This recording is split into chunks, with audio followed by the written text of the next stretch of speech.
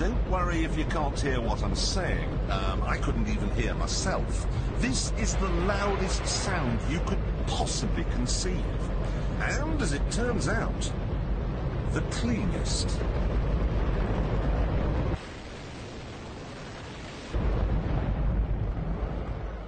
Now, the most amazing thing is that that cloud up there, which was generated by the engine, is just a mixture of hydrogen and oxygen. It's water vapour. And in about an hour's time, someone in Mississippi is going to get wet washing. It will actually rain. I told you! It's raining! That's unbelievable! Oh, NASA's playing God. It's making its own weather.